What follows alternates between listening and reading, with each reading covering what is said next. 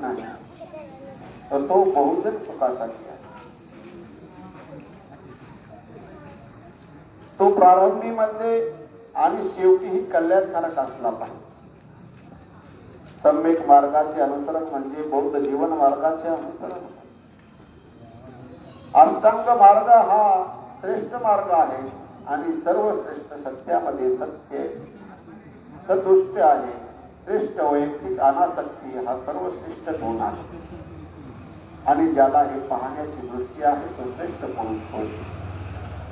प्रज्ञाशुद्धीचा हा एकमेव मार्ग आहे, दुसरा नाही. याच मार्गाने जा. जर तुम्ही या मार्गाचे अनुकरण करून गेले तर तुमच्या दुःखाचा निराश होईल आणि दुःख संकट कसे काढून टाकता येतील हे कळल्यावर मी या मार्गाचा उपदेश केला. तथागत केवळ पथ दर्शक आहे. सुवर्णतीचा म्हणजेच प्रयत्न ज्याचा त्याने स्वतः करावयाचा. सर्व सुस्पष्ट पदार्थ हे विज्ञाना विनाशाधीन आहे. हे जे ओळखतो त्याला दुःख विचलित करू शकत नाही. सर्व रूपे अनित्य आहेत. जो हे ओळखतो त्याला दुःख स्पर्श करीत नाही. आणि जेव्हा जागे व्हायला पाहिजे तेव्हा तो जागा होत नाही. जो तरुण आणि बळकट असूनही सुस्तपणाच्या आहारी गेलेला असतो, ज्याची इच्छा आणि विचार झोपी गेलेले असतात, त्या आळसी मनुष्याला कधी ज्ञान होणार नाही.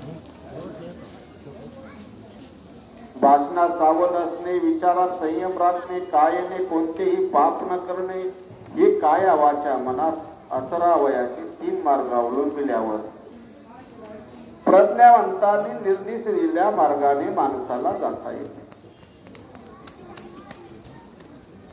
वास्तविक ज्ञानाने लाभ होतो आणि त्या अभावाने नाश होतो. लाभाचे आणि नाशाचे हे दुहेरी मार्ग ओळखून ज्ञान वाढेल असा माणसाने उद्योग करावा. शरद ऋतूतील कमळाप्रमाणे माणसाने आत्मप्रीती करून काढावी. शांतीचा मार्ग जवळ करावा. सुगताने निर्वाणाचा मार्ग निर्दिष्टित केला. अधमार्गाने वागू नका, अविचाराने जगू नका आणि दुष्ट सिद्धांताचे अनुकरण करू नका. जागे व्हा, सुस्त पडू नका. सद्गुणांची कास धरा आणि सद्गुणीची ही लोकी सुखी असतात. जो पूर्वी अविचारी होता आणि नंतर सुविचारी झाला तो घनविमुक्त चंद्राप्रमाणे जगती दर्शन करतो.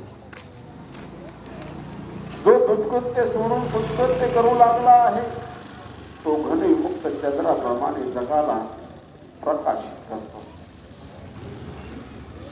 एका धर्म नियमांचे उल्लंघन करून जो असत्य बोलतो तो कोणते दुसरे दुष्कृत्य करणार नाही हे सांगवत नाही. जे सदैव सावधान असतात, जे रात्रंदिवस अभ्यास करतात, जे निर्वाणासाठी आटोकाट प्रयत्न करीत असतात त्यांचे दुर्विकार म्हणजे असं शेवटी लोक पावतात. अशी एक जुनी म्हण आहे की जो स्तब्ध बसतो त्याला लोक दूषण लावतात आणि जो फार बोलतो त्यालाही लोक दूषण लावतात आणि जो अगदी थोडं बोलतो त्यालाही दूषण लावतात. खरोखर ज्याला दूषणच लावले जात नाही असा या जगामध्ये कोणीच नाही. ज्याला सदैव दूषण देतात किंवा त्याची सदैव स्तुती करतात असा पूर्वी नव्हता आणि आताही नाही आणि पुढे कधीही होणार नाही.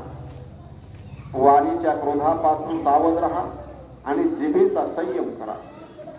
मानसिक पापांचा त्याग करा आणि आपल्या मनोमनी सद्गुणाचा आचरण करा. अप्रमाद हा निर्वाणाचा मार्ग आहे आणि प्रमाद हा मृत्यूचा मार्ग आहे. जे अप्रमादी आहेत ते अमर आहेत आणि जे प्रमादी आहेत ते मृतवत आहेत. बुद्धांचं सांगतात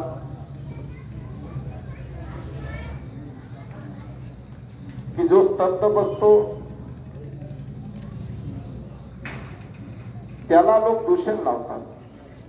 जो फार बोलतो त्यालाही लोक दूषण लावतात म्हणजे नावं ठेवतात.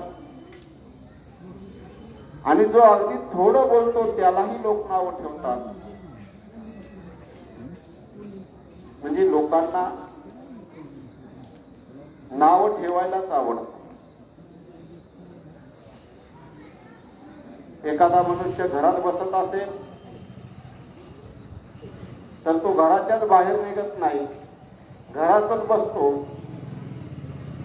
असं त्याला काही लोक म्हणतात. एखादा माणूस नुसता फिरत असेल, बाहेर बाहेर राहत असेल तर त्यालाही लोक म्हणणार काय माणूस असेल, याला घरात बसवत नाही.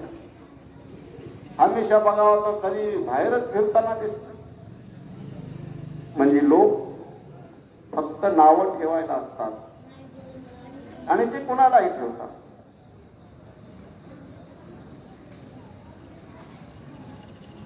एक गोष्ट होती, एक धडा होता. तो आम्ही ज्यावेळेस शाळेत होतो त्यावेळेस होता, तो आता आहे की नाही माहित नाही.